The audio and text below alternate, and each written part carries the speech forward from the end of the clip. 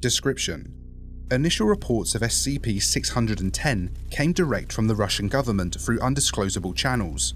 These reports consisted primarily of disappearances of farmers in the region, and were not considered until the local police, followed by the regional police, and finally a government-dispatched agent, all failed to report in within a 72-hour period. A small military contingent was dispatched to the area and quickly withdrew, at which point the Foundation was contacted to investigate. The area SCP-610 affects are close to Lake Baikal in southern Siberia. Incursions into the perimeter must be reported prior to conducting, confirmed during exploration, and debriefed on immediately following return. SCP-610 appears to be a contagious skin disease at first, with symptoms including rash, itching, and increased skin sensitivity.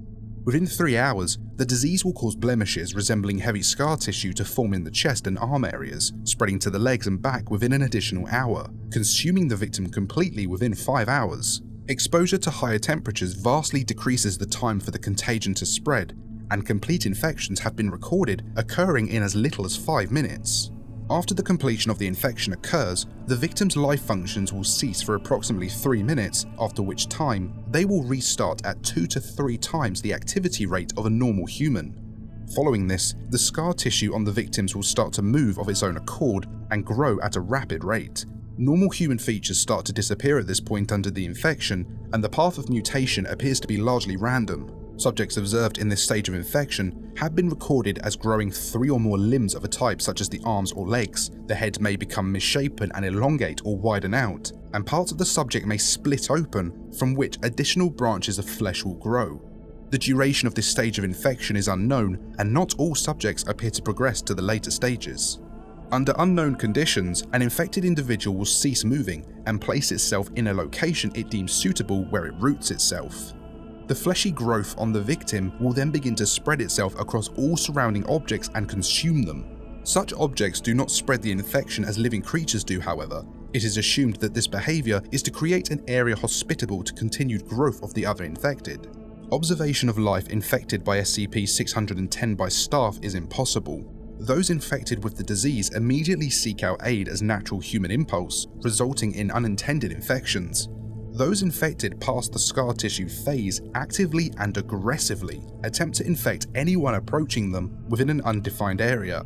It has been established that should an infected be capable of sight and observe an uninfected, it will proceed towards them. If the infected has lost the ability of sight, a range of approximately 30 meters is considered safe.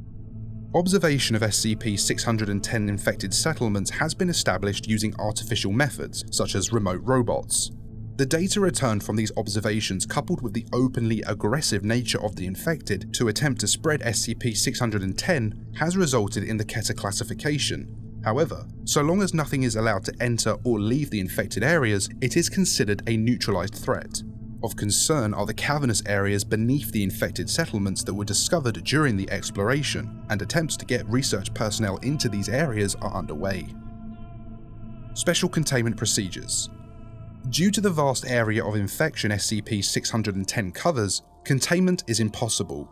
Isolation of the area has proved far more effective, and permission has been granted by the Russian government to establish a perimeter to keep people out of these areas under the guise of military operations.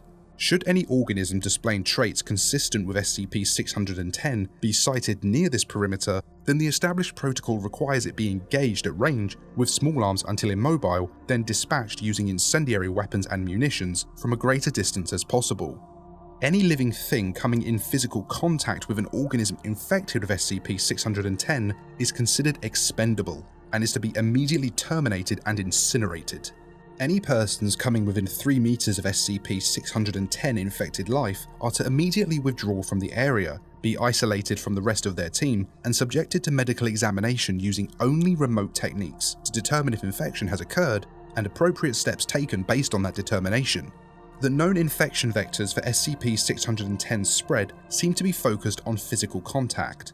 Drone movements within heavily infected areas have returned air samples containing minute particulate, which when exposed to organic compounds will result in the spread of SCP-610.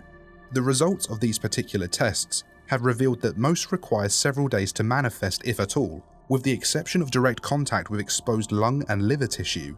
These particular tests show a rapid rate of growth, which requires incineration of the testing environment no more than 24 hours after initial exposure, with even a 2-hour mishap risking a compromised facility event.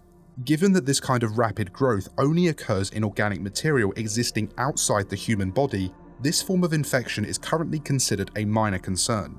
These peculiarities have given rise to a series of questions regarding the possible origin of the infection in conjunction with the failed containment protocol remains at a scorched earth policy at this time, and no concern for transmission via water or air at infection parameters exists, barring situational changes in the field. Addendum SCP-610 Lima 1. After establishing the containment perimeter for SCP-610, the Russian government approved a request to research and investigate the area. For the first such exploration, a small camera-mounted unit known as Herbie was dispatched at a safe distance and directed towards Site A. Herbie has a battery life of 12 hours and a control range far wider than that required for this dispatch. Herbie is able to enter Site A without incident. The landscape around Site A shows early stages of assimilation by singular SCP-610 infected who have fallen at largely random intervals around what remains of the village. Many of the homes appear to have suffered fire damage long since put out. However, a fair amount remains intact. Aerial reconnaissance of Site A confirmed via thermal imaging has put it at an estimated population of 79 infected. Immobile infected are included in this number. However, it is difficult to ascertain an exact percentage of mobile versus immobile. Varying degrees of physical mutation due to SCP-610 are present in Site A, and it is assumed that all the inhabitants are in advanced stages of infection. Herbie observed the exterior of the village for 2 hours, during which time all infected behaved with what appeared to be a loose sense of social structure. Because Herbie remained stationary during this observation period, it is unknown precisely what each individual infected person was doing. However, the central plaza experienced occasional bursts of activity and downtime. Requiring more information, Herbie was directed to follow an infected as it entered a home. There is a bumpy camera feed as Herbie scoots over the gravel behind the quickly shambling infected person. After entering the home, Herbie's camera was raised slowly so as not to draw attention. This action was either unnoticed or ignored. The infected person is watched from the doorway as it hobbles around the room and stops at each of the other visibly infected organisms. However, it appears to ignore the one under the table which, while not immobile, does not leave that area. What this creature was before infection is unclear. After lapping the table and repeating this procedure 3 times, the primary infected person known as Alpha henceforward stops at the bedridden infected known as Beta and proceeds to assault it with furious punches. Beta is unable to leave the bed for unknown reasons, but is not completely immobile as it flails its arms in response to the beatings delivered by Alpha. After several sustained minutes of this beating, a piercing sound explodes from the area around Beta, who then proceeds to project a cloud of unknown matter into the air from its chest cavity. Alpha lingers in the cloud as it floats in the air around them, slowly descending to the ground. The unknown lifeform on the table aside Beta begins to twitch in an apparent seizure, and Alpha then laps the room twice more, stopping again at each infected organism, but still ignoring the one under the table, as well as Beta now. After these 2 laps, Alpha seats itself at the table and reaches out to position the 3 plates atop it as if setting a dinner set. After the plates are positioned, the facial tendrils extending from Alpha wiggle up and start to coil on one of the plates before tearing apart and separating. This is repeated at each plate. After each plate is filled with Alpha's flesh, it leaves the table and approaches Herbie, which is moved from Alpha's path. Alpha leaves the home, but Herbie's camera remains focused on the table. After several minutes, a group comprised of 6 to 7 infected enter the room from outside, still ignoring Herbie. Each infected shambles as if movement is difficult, jerking in large steps or squirming in small ones. These infected all surround the table, and each take turns grabbing handfuls of the flesh substance left behind by Alpha, pressing it into whatever orifices on themselves they can. Some into their mouths, some into their chest, some behind their backs, some under their arms. When all the plates are empty, this group leaves. Herbie remains here for several more minutes before retracting its camera and leaving. Immediately after leaving the home, Herbie collides with an object. Panning the camera around, the obstruction appears to be Alpha, whose facial tendrils are intermingling with another infected having similar mutations. The impact is ignored, and the 2 infected part ways after several minutes. Herbie is then directed to explore more areas of the village. The remains of what appear to have been a store show signs of severe fire damage as well as activity inside the building, which Herbie moves to investigate. Inside the store are several infected persons, most of whom are standing around. However, one is on the ground rolling back and forth over the space of approximately 0.3 meters and is ignored by the others. Herbie rolls under the divider separating the cashier area from the customer area and pans around behind the counter. The upper half of a person is protruding from a cellar door behind the counter. This person does not appear to be suffering from advanced infection and wears the garb of a Russian soldier.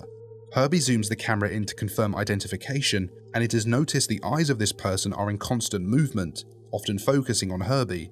The rest of the soldier does not move. Herbie is directed to leave this area and proceeds to the back room. In this storage area, a large pile of bodies are stacked together. Some pieces of clothing are visible and appear to contain both military garb and everyday clothing. No facial features are discernible on any of the bodies due to the way they are stacked. Atop the bodies, an infected sits, appearing to have its lower parts fused to the pile, and with its upper half in a wild state of flailing and seizure.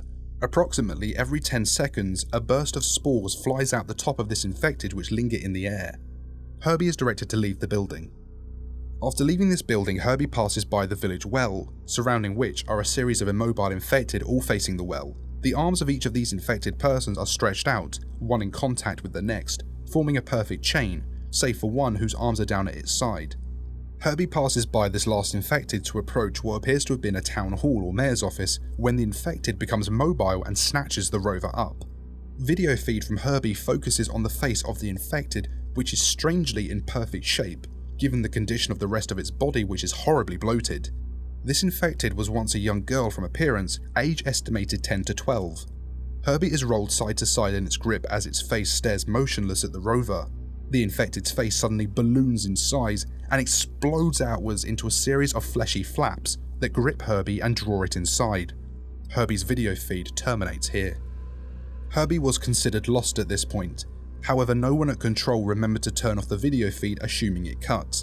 5 hours later, Herbie's video feed resumed, stationary and at a raised level pointing at the upper rim of the village well. The video feed contains some blur due to what appears to be a slimy film which often oozes across the lens, but when not obscured, provides perfect quality recording. Herbie does not respond to any remote commands, but its video jerks back and forth from target to target, zooming in and out of its own accord. The video feed is cut manually, and all connections to Herbie's units are ordered erased. Check out this video for another great story. If you made it this far, please leave a like, it really helps the channel. Part 2 coming soon, and thank you to Andre Bachert, Matthew Duncan, Ryan Brenner, Techno Ninja, Infinite Tune and Viger.